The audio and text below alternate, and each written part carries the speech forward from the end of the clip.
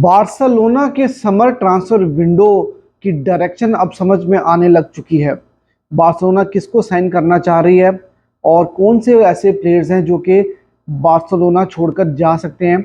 और Hansi flick ने जो लिस्ट तैयार की है जिसमें उन्होंने पोटेंशियल उन प्लेयर्स का नाम लिया है कि जिनकी ज़रूरत उनको लगता है कि अगले सीज़न में नहीं होगी और बार्सिलोना उनको सेल कर सकती है। इन सारी सिचुएशन के ऊपर आज की वीडियो में हम लोग बात करेंगे। तो सबसे पहली चीज़ तो ये कि निको विलियम का केस आप जानते हैं कि वो पिछले 1 डेढ़ महीने से बहुत ही ज़्यादा हाइप लेकर बैठा हुआ है और कल एकदम से खबरें आनी शुरू हुई थी जब बार्सिलोना 1:1 को अचीव करने में कामयाब होगी कि यार अब निको विलियम को किसी तरह से बार्सा ने साइन करना है। और ये रिपोर्ट्स आ रही थी कि लापोर्ता इस ऑपरेशन को अब खुद संभालेंगे और खुद निगोसिएशंस में आएंगे। अब कुछ खबरें ऐसी आ रही हैं, कुछ सोर्सेज ये क्लेम कर रहे हैं कि बार्सिलोना ने अपनी ऑफर जो है वो निको विलियम को फॉरवर्ड कर दी है और वो ऑफर उन्होंने दी है 5 साल का कॉन्ट्रैक्ट और 12 मिलियन सैलरी जो है पर ईयर वो उनको ऑफर की है, जो कि एथलेटिको बिलबाओ की जो करंट सैलरी है उससे बहुत ही ज़्यादा है। तो एक तो बड़ी अट्रैक्टिव सैलरी जो है वो बार्सा उनको ऑफर कर रही है और दूसरी जगह से ये खबरें भी आ रही हैं निको विलियम के अराउंड जो उनके करीबी दोस्त लोग हैं, अहबाब जो हैं, वहाँ से ये खबरें आ रही हैं। मतलब उनकी फैमिली के लोगों की बात नहीं मैं कर रहा, लेकिन उनके जो इर्द गिर्द के बड़े इंपॉर्टेंट लोग हैं जिनसे उनका मिलना मिलाना ज़्यादा है। तो सोर्सेज ये क्लेम कर रहे हैं कि वो लोग ये क्लेम कर रहे हैं कि बार्सिलोना जो है वो उनकी अगली डेस्टिनेशन हो सकती है इसी समर विंडो में। तो यार निको विलियम का केस जो है वो अभी इसी तरह से कुछ फंसा हुआ है और अब मुझे लगता तो यही है, जैसे कल की खबर भी यही थी कि 2-3 दिन तक जो है वो चीज़ें क्लियर होना शुरू होंगी और अभी भी कोई ज़्यादा बड़ी खबर आई नहीं है, लेकिन खबर यही आई कि बार्सा ने अपने ऑफर जो है उनको दे दिया है और उनको कन्विंस करने की कोशिश की जा रही है कि भैया अभी नहीं तो कभी नहीं। तो ये थी अपडेट फिलहाल निको विलियम्स की और अभी भी जो है ये सागा चल रहा है। और देखो पीछे अगर देखा जाए तो सीजन शुरू होने में कुछ ज़्यादा वक्त बाकी रह नहीं गया। 17 तारीख को बार्सा का पहला मैच है और पहले ही 2 गेम्स बार्सा के बड़े इंपॉर्टेंट और बड़े मुश्किल गेम्स हैं। वलेंसिया के अगेंस्ट पहला गेम बार्सिलोना खेलने जा रही है, जो कि हमेशा उनके स्टेडियम में जो है वो बार्सिलोना स्ट्रगल भी करती है और वो बहुत टफ टाइम भी देती है। तो बार्सा को पहले ही अपने स्क्वाड को फाइनल कर रहे हैं।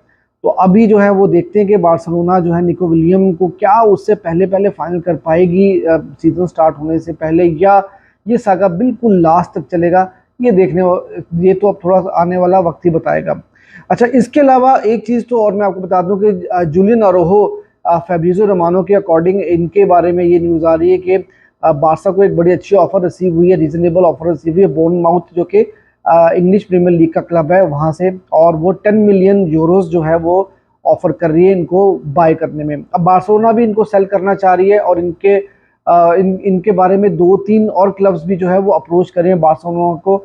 लास पामास हैं, सेविया है, जिरोना है, लेकिन बोर्नमाउथ के साथ इनकी जो है बार्सिलोना की निगोसिएशंस काफ़ी ज़्यादा अच्छी जा रही हैं और बार्सिलोना और बोर्नमाउथ के दरमियान जो एक जगह के ऊपर जाके थोड़ा सा क्लैश आया हुआ है और वो ये कि अगर बोर्नमाउथ इनको कहीं और आगे सेल करेगी तो बार्सिलोना उसमें अपने सेलिंग राइट्स रखना चाह रही है, परसेंटेज रखना चाह रही है, जिसके ऊपर निगोसिएशंस अभी थोड़ी सी फंसी हुई हैं।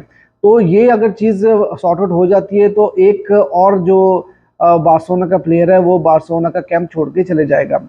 फिर उसके बाद यार एक जो बड़ी खबर आ रही है वो ये आ रही है कोमैन के हवाले से कि अगर बार्सिलोना निको विलियम्स को साइन नहीं कर पाया तो बार्सिलोना कोमैन के लिए जा सकती है और कोमैन बायर्न म्यूनिख को खुद छोड़ना चाह रहे हैं और उन्होंने खुद को ऑफर किया बार्सिलोना को।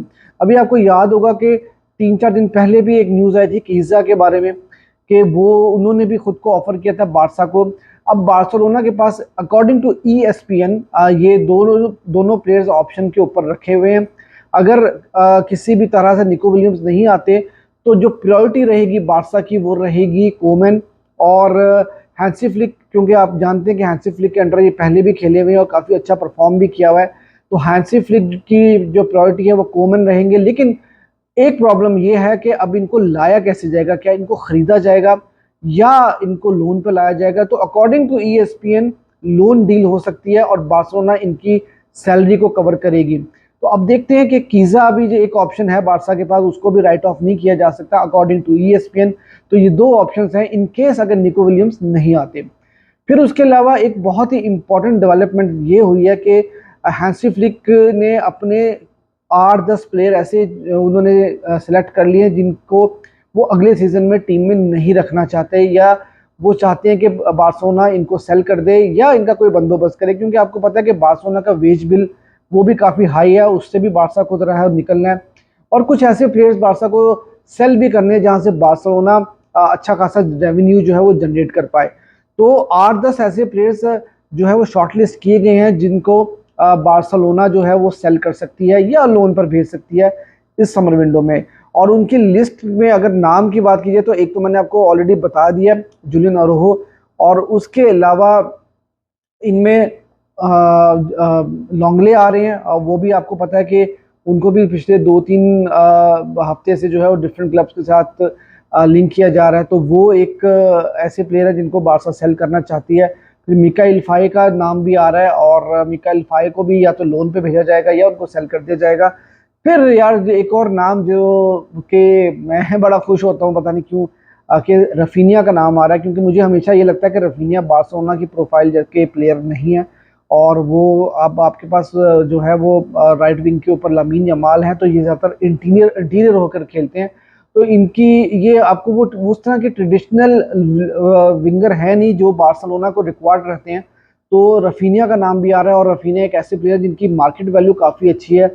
रिसेंटली आर्सेनल भी उनको टारगेट कर रही थी, और उसके अलावा सऊदी अरेबिया से भी जो है वो क्लब्स हैं। अब देखो इन्होंने मना किया था कि मैं बारसा नहीं छोड़ के जाऊंगा, लेकिन जब कोच मना कर देता है, और फिर एक और प्रॉब्लम ये कि बार्सिलोना हो सकता है इनको फिर रजिस्टर भी ना कर पाए, तो फिर उस पोजीशन के ऊपर इनको पूरा सीजन जो है वो बाहर बैठना पड़ेगा। तो इससे बेहतर ये है कि इस तरह का थ्रेट करके शायद बार्सिलोना इनको कन्विंस करेगी कि भाई आप कोई सिलेक्ट करो क्लब और वहां पर जाओ।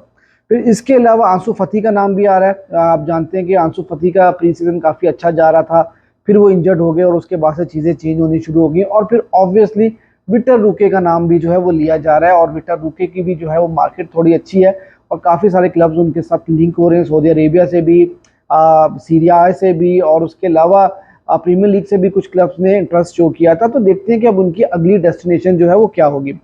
फिर एक और मैं न्यूज़ आपको देता चलूँ डैनी ओल्मो के बारे में। वो एक कंफर्मेशन ये आई है कि डैनी ओल्मो को जो साइन किया गया है, उनकी जो प्राइस लगी थी वो प्राइस क्या फाइनल हुई थी, उसकी अपडेट्स जो है वो मुंडो डिपोर्टिवो ने दी है। तो वो मैं आपको बताता चलूँ।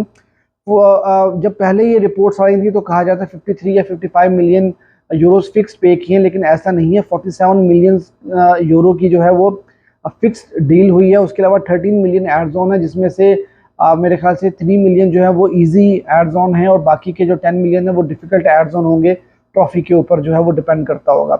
तो ये सारी इनकी न्यूज़ थी। इसके अलावा यार डेविड डीहा के बारे में न्यूज़ आ रही है कि फेरेंटीना ने जो है उनको जो है वो साइन कर लिया है, और फैब्रिज़ियो रोमानो ने इस चीज़ को बिल्कुल कंफर्म भी कर दिया हुआ है। तो यार डेविड डीहा आपको पता है कि एक ज़माने में उनको वो बड़े ही कमाल किस्म के गोलकीपर भी रहे हैं, मैनचेस्टर यूनाइटेड के लिए बड़ा अच्छा उन्होंने परफॉर्म भी किया, और उसके अलावा एटलेटिको डी मैड्रिड के साथ भी खेलते रहे। लेकिन वो काफ़ी टाइम से जो है उनके पास कोई क्लब नहीं था, और अब उनको एक क्लब मिल चुका है, which is a very good sign, क्योंकि अभी भी वो उनमें मेरे ख्याल से काफ़ी फुटबॉल बाकी है। तो एक अच्छी न्यूज़ ये आ रही है कि फेरेंटीना की तरफ से जो है वो अब आपको खेलते हुए नज़र आएंगे। इसके अलावा यार मैंने आपको बाकी की अपडेट्स कल की वीडियो में दे ही दी थी, और उसके ऊपर कुछ ज़्यादा कुछ ख़ास न्यूज़ आई नहीं है।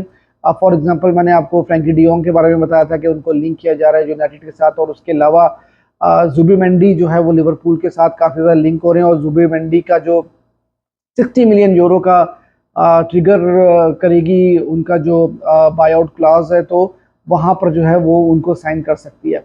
तो खैर ये थी अब तक की वीडियो। अगर आपको वीडियो अच्छी लगी तो यार वीडियो को भी लाइक कर दीजिएगा, और चैनल को भी ज़रूर सब्सक्राइब कीजिएगा।